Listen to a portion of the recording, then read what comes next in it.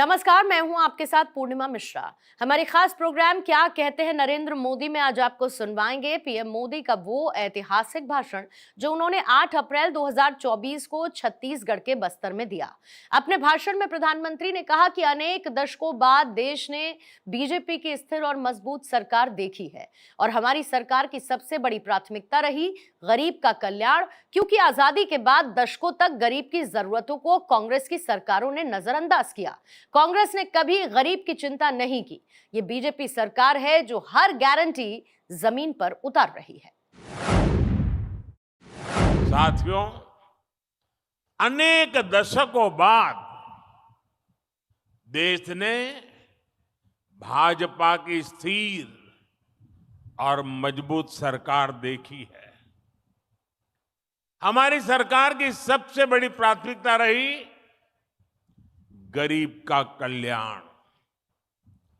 आजादी के बाद दशकों तक गरीब की जरूरतों को कांग्रेस की सरकारों ने नजरअंदाज किया।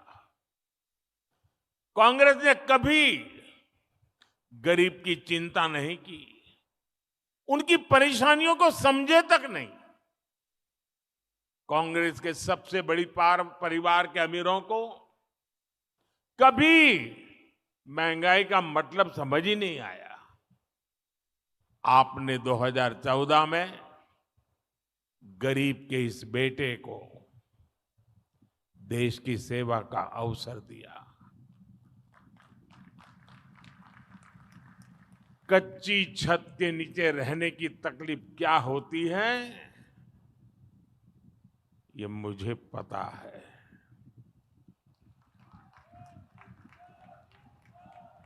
जब घर में राशन नहीं होता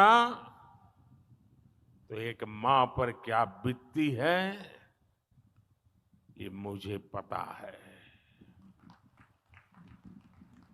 जब दवा खरीदने के लिए घर में पैसे नहीं होते तो बेबसी कितनी ज्यादा होती है, ये मैं जानता हूं। और इसलिए मैंने ठाना कि जब तक गरीब की हर चिंता दूर नहीं करूंगा, मैं चैन से नहीं बैठूंगा।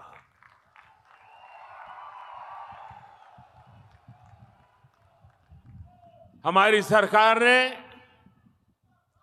गरीब के लिए एक एक करके ऐसी योजनाएं बनाई, गरीब को उसका हक दिया। आज सरकार के इन प्रयासों का ही नतीजा है कि देश में 25 करोड़ से ज्यादा लोग गरीबी से बाहर निकले हैं। साथियों, गरीबों के लिए भाजपा ने कैसे काम किया, इसका बहुत बड़ा गवाह हमारा ये बस्तर है। बस्तर के बारे में तो कहा जाता है, मावा बस्तर सोबले बस्तर।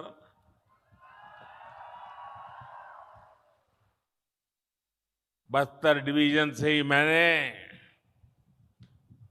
आयुष्मान आरोग्य मंदिर के निर्माण की शुरुआत की थी।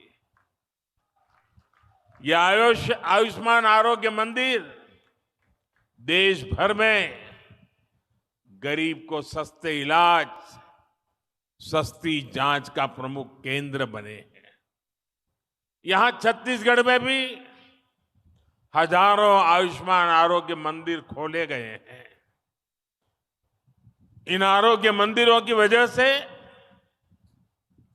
गरीबों को इलाज की बहुत बड़ी सुविधा मिली है, उनकी चिंता कम हुई है। मोदी ने 5 लाख रुपए के मुफ्त इलाज वाली जो आयुष्मान भारत योजना चलाई है, वो भी गरीबों के बहुत काम आ रही है।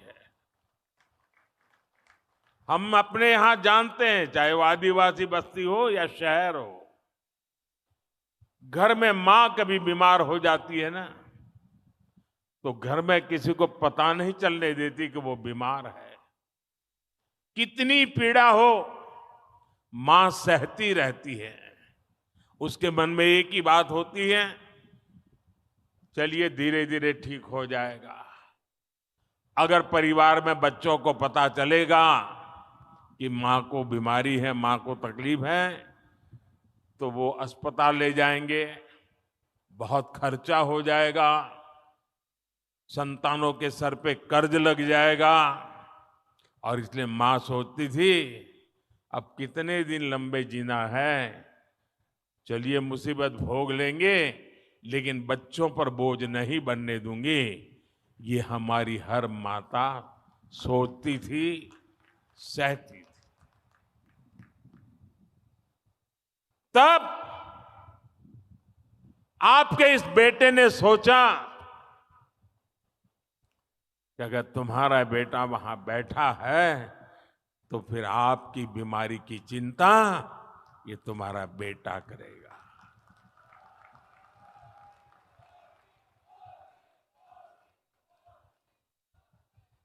देश के करोड़ों गरीबों ने इस योजना की वजह से अस्पताल में मुफ्त इलाज कराया है।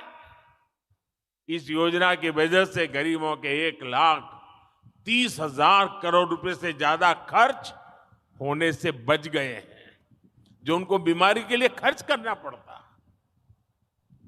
मोदी ने जो 11,000 से ज्यादा जन औषधि केंद्र खोले हैं, उन पर 80% छूट के साथ दवा दी जाती है। 80% डिस्काउंट। इससे भी गरीबों के 30,000 करोड़ रुपए दवाई खरीदने में जो खर्च होता था ना, उसमें बचत हो गई है। इसलिए ही आज देश का गरीब कह रहा है, खर्च कम कराए, बचत बढ़ाए, बार बार, फिर एक बार, बचत बढ़ाए बार बार, फिर एक बार। साथियों, दुनिया में सबसे बड़ा महासंकट आया, कोरोना, कोविड। लोग कहते थे भारत कैसे बचेगा, भारत के गरीबों का क्या होगा। कांग्रेस के अमीरों की सरकार के समय देश में बीमारी का टीका आने में दशकों लग जाते थे। मोदी ने कहा कि मैं अपने देश के हर गरीब के साथ खड़ा हूं। मैं गरीबों को मुफ्त वैक्सीन भी दूंगा, मैं गरीबों को मुफ्त राशन भी दूंगा। ऐसे समय में जब दूसरे देशों में कोरोना का एक एक टीका हजारों रुपये में लग रहा था, मोदी ने आपको मुफ्त टीका लगवाया। ऐसे समय में जब दूसरे देशों में खाने के लिए हाहाकार मचा था, मोदी ने अपने गरीब भाई बहनों के लिए मुफ्त राशन की दुकान खुलवा दी। मुफ्त राशन, मुफ्त वैक्सीनेशन पर मोदी ने 4 लाख करोड़ रुपए से ज्यादा खर्च किए। और इतना ही नहीं, मुफ्त राशन की योजना को मोदी ने अगले 5 साल तक और बढ़ा दिया है। आने वाले 5 साल भी मोदी ये मुफ्त राशन की सेवा करता रहेगा। और इसके कारण गरीब का ये पैसा बच रहा है। और जब पैसा बचता है तो जिंदगी के कई सारे सपने पूरे करने को काम आता है। और इसलिए आज हर कोई कह रहा है कि मोदी के कारण, उनकी योजनाओं ने खर्च कम कराए, बचत बढ़ाए बार बार, फिर एक बार। साथियों, कांग्रेस की सरकार के समय भ्रष्टाचार ही देश की पहचान बन गई थी। और भ्रष्टाचार से अगर सबसे ज्यादा नुकसान किसी का होता है तो गरीब का नुकसान होता है।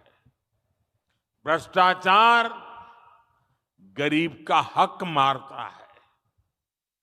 2014 से पहले लाखों करोड़ रुपए के घोटाले होते थे। कांग्रेस की सरकार में दिल्ली से 1 रुपया निकलता था और सिर्फ 15 पैसा गांव तक पहुंचता था। और ये मैं नहीं कह रहा हूं, कांग्रेस के ही प्रधानमंत्री ने कहा था कि दिल्ली से हम 1 रुपया भेजते हैं, 15 पैसा ही पहुंचता है। अरे भाई बताओ ना, वो कौन पंजा था जो 85 पैसे मार लेता था?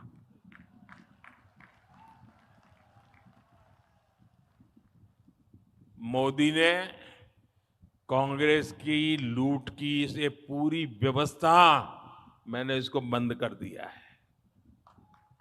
भाजपा सरकार ने अपने 10 साल में 34 लाख करोड़ रुपए, आंकड़ा याद रखिए, 34 लाख करोड़ रुपए सीधे लाभार्थियों के बैंक खाते में भेजे हैं। दिल्ली से 1 रुपया भेजा, पूरे 100 पैसे गरीब के खाते में जमा हो गए। रुपया 1 भेजो, 15 पहुंचे, 85 पैसा गायब हो जाए, वो जादू का खेल बंद हो गया। और जब डायरेक्ट पैसा जाता है तो एक भी पैसा कांग्रेस लूट नहीं पाई।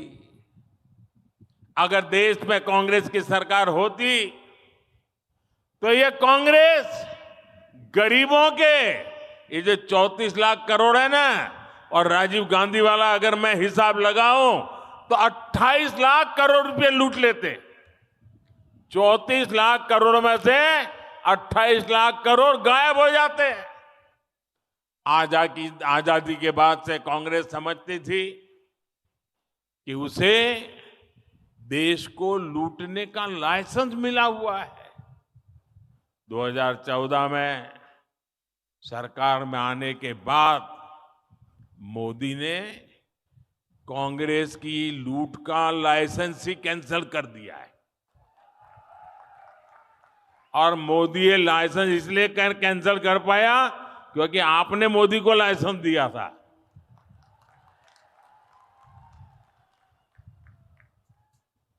अब आप बताइए, जब उनकी दुकान बंद हो गई, लूटने का लाइसेंस चला गया, तो मोदी को गाली देंगे कि नहीं देंगे? देंगे कि नहीं देंगे? तो मेरी रक्षा कौन करेगा? मेरी रक्षा कौन करेगा? मेरी रक्षा कौन करेगा? ये मेरे कोटि कोटि देशवासी ही, मेरी माताएं बहनें आज मोदी का रक्षा कवच बन गई है। साथियों, मोदी ने जब घोटालेबाजों का रास्ता रोका, जब बिचौलियों की कमाई बंद की, तब से इनका पारा 7वां आसमान पर पहुंच गया है। ये मोदी के साथ बढ़ के छत्तीसगढ़ में कांग्रेस के भ्रष्टाचार पर आज कड़ी कार्रवाई हो रही है।